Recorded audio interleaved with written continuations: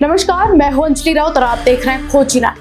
उत्तराखंड सरकार ने वित्तीय वर्ष 2025-26 के लिए नई आबकारी नीति 2025 को मंजूरी दे दी है, जिसका उद्देश्य राज्य में आर्थिक वृद्धि, रोजगार के अवसरों का विस्तार और राजस्व में वृद्धि करना है। इस नीति के तहत धार्मिक क्षेत्रों के पास स्थित मदिरा अनुज्ञापनों को बंद करने का फैसला लिया गया है, ताकि जन संवेदनाओं का सम्मान किया जा सके और शराब की बिक्री पर नियंत्रण बढ़ाया जा सके। नई नीति के तहत उप दुकानों और मेट्रो मदिरा बिक्री व्यवस्था को समाप्त किया जाएगा। इसके साथ ही अगर किसी दुकान पर MRP से अधिक कीमत ली जाती है तो उस दुकान का लाइसेंस रद्द किया जाएगा।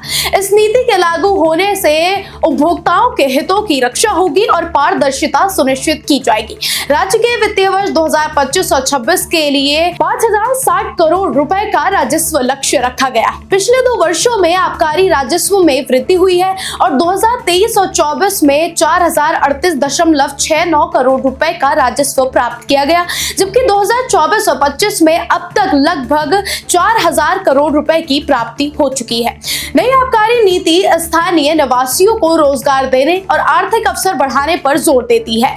थोक मदिरा अनुज्ञापन केवल उत्तराखंड के निवासियों को दिए जाएंगे। पर्वतीय क्षेत्रों में वाइनरी इकाइयों को अगले 15 वर्षों तक आबकारी शुल्क में छूट दी जाएगी, जिससे कृषकों और बागवानी क्षेत्र के कामकाजी लोगों को फायदा होगा। इसके अलावा राज्य में उत्पादित फलों से वाइनरी इकाइयों को प्रोत्साहित करने का भी निर्णय लिया गया है। ये कदम किसानों की आय बढ़ाने और उन्हें नए बाजार उपलब्ध कराने में मदद करेगा। मदिरा उद्योग में निवेश को बढ़ावा देने के लिए निर्यात शुल्क में कटौती की गई है। माल्ट और स्पिरिट उद्योग को पर्वतीय क्षेत्रों में विशेष सुविधाएं प्रदान की जाएगी। नई आबकारी नीति में जनसाधारण को मदिरा के दुष्प्रभावों के प्रति जागरूक करने के लिए विशेष अभियान चलाने का प्रावधान भी है। ये नीति राज्य में आर्थिक सुदृढ़ीकरण, पारदर्शिता और सामाजिक जिम्मेदारी को ध्यान में रखते हुए बनाई गई है। ये नई आबकारी नीति उत्तराखंड की आर्थिक स्थिति को मजबूती देने के साथ साथ सामाजिक जिम्मेदारी को भी बढ़ावा देगी।